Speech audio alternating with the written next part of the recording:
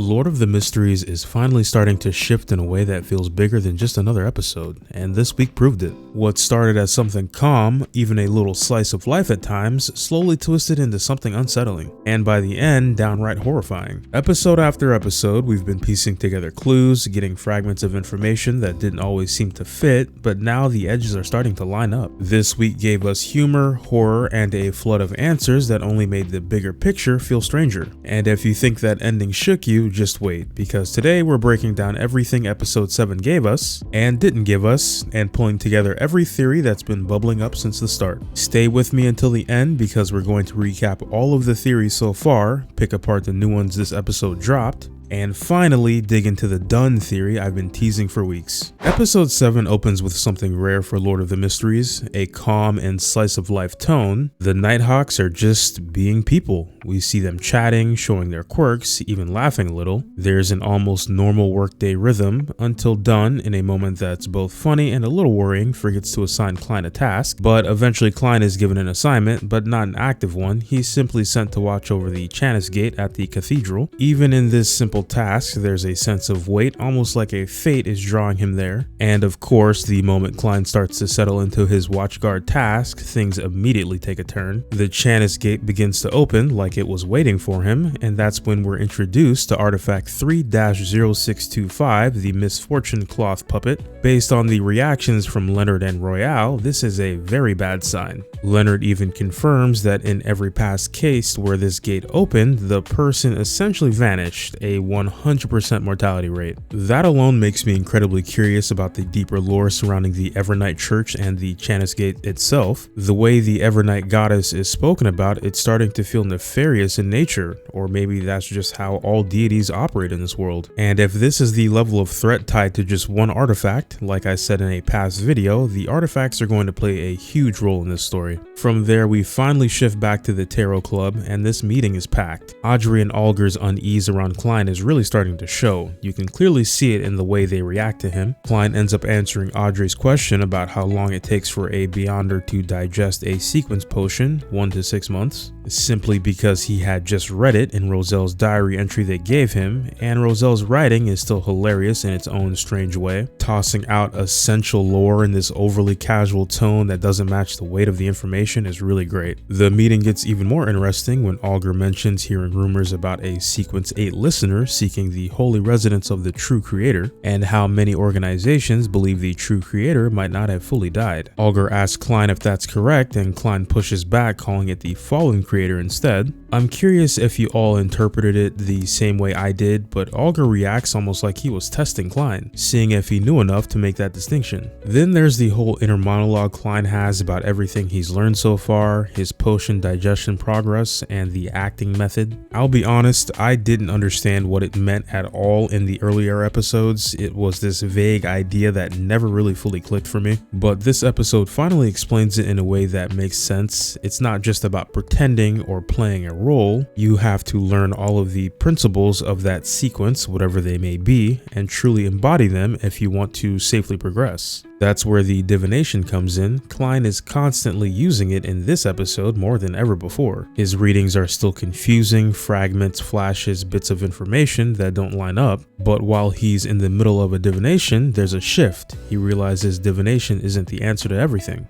and that realization, that understanding of what it really means to be a seer and embody his sequence, is what allows him to finally digest the Sequence 9 potion. The lore keeps snowballing, new pathways get name dropped, Secret Suppliant, Marauder, each one teasing how much bigger the world really is, and we even see Dunn scold Klein for communicating with the spirit of a berserk Beyonder, which is almost exactly what Dunn himself did with Vincent, just minus the berserk part. It's funny on the surface, but it makes me wonder about Dunn's own choices and what lines he's willing to blur himself. And then comes the ending. We see a strange ritual taking place, a woman in the middle of the altar, and then the reveal of Tenno Egger's skull, Azek's son. Lanavis, Megose's husband, is the culprit behind it all. It's one of the creepiest endings we've had so far, and it feels like a warning for what's to come. And I have a theory about what we saw, which we'll be jumping into in the next section.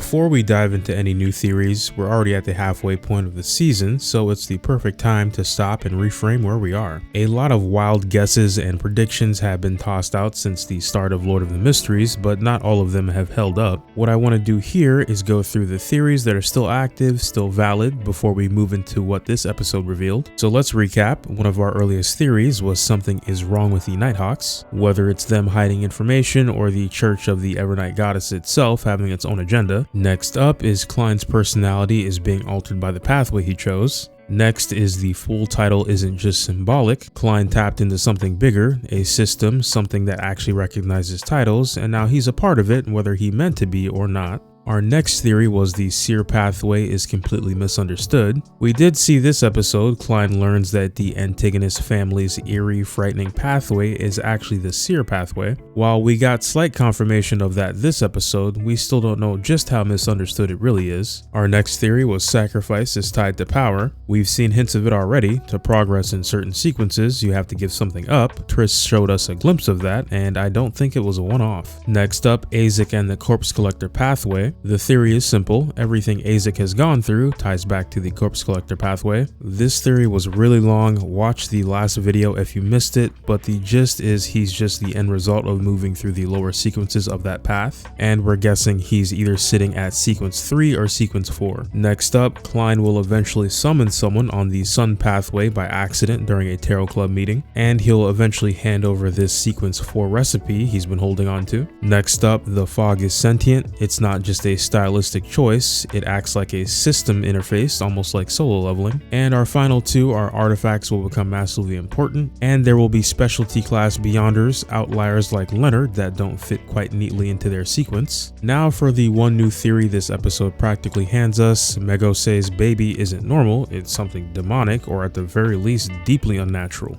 Lanavis, Megose's husband, is revealed as the one behind the ritual we see at the end. There's a woman on the altar, Tenno Egger's skull is present, and the entire setup is soaked in dread. What really pushes this theory forward is what didn't happen earlier in this episode. Klein had the chance to use his seer powers while Megose was at the divination shop, but she left before he could. That moment basically confirms it for me. If he had used his powers, he would have seen something disturbing.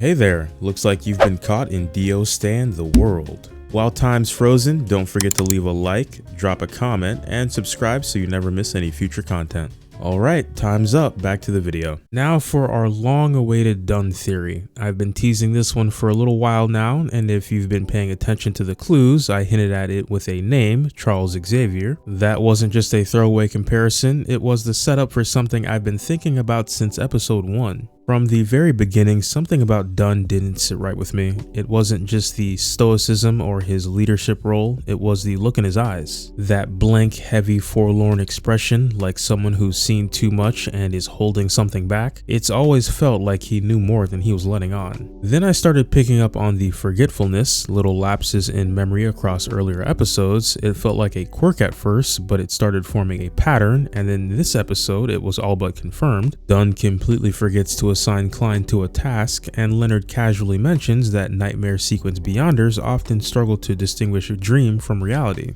That moment tied it together for me. One of my original theories was that staying in a sequence for too long might cause lasting harm. Now we don't know if it's exclusive to this sequence, but we got slight confirmation that this theory is at least partially true. But the real core of the theory goes deeper than that. It's not only the forgetfulness or foggy perception, it's the physical and mental toll Dunn is clearly enduring. Let's recap. He was nearly pierced through the chest by Ray Bieber. He took massive damage fighting Trissy. He survived the Wraith attack in the castle. He stared directly at what we can only presume is the fallen creator during Vincent's dream. And on top of all of that, this man is a chain-smoking pipe addict who's puffing away in basically every other scene. All of that damage, all of that exposure to forces beyond comprehension, it's adding up. So here's where the Charles Xavier comparison comes in. Dunn is clearly the mentor figure. He oversees the team, he gives advice, people come to him for guidance. He's the one who's supposed to be in control. But what's Charles Xavier's most consistent trait across every X-Men timeline? He dies. Think about it.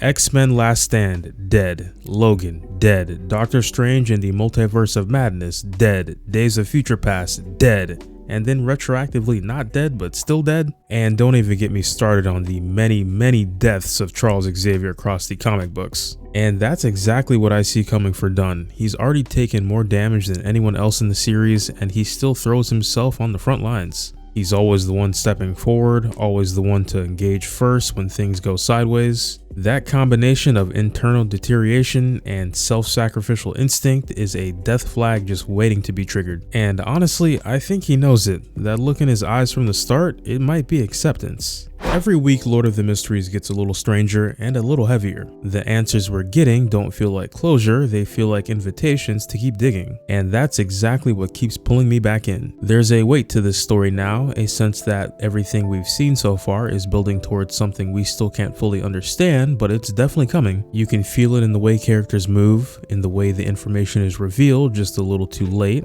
and in how even the smallest scenes carry something unsettling underneath. And the further we go, the harder it is to tell who's still safe or if anyone ever was. Let me know how you're feeling about all of it in the comments below. What's standing out to you, what's keeping you hooked, or what's starting to make you worry the most. We've officially made it halfway. Catch you in the next one.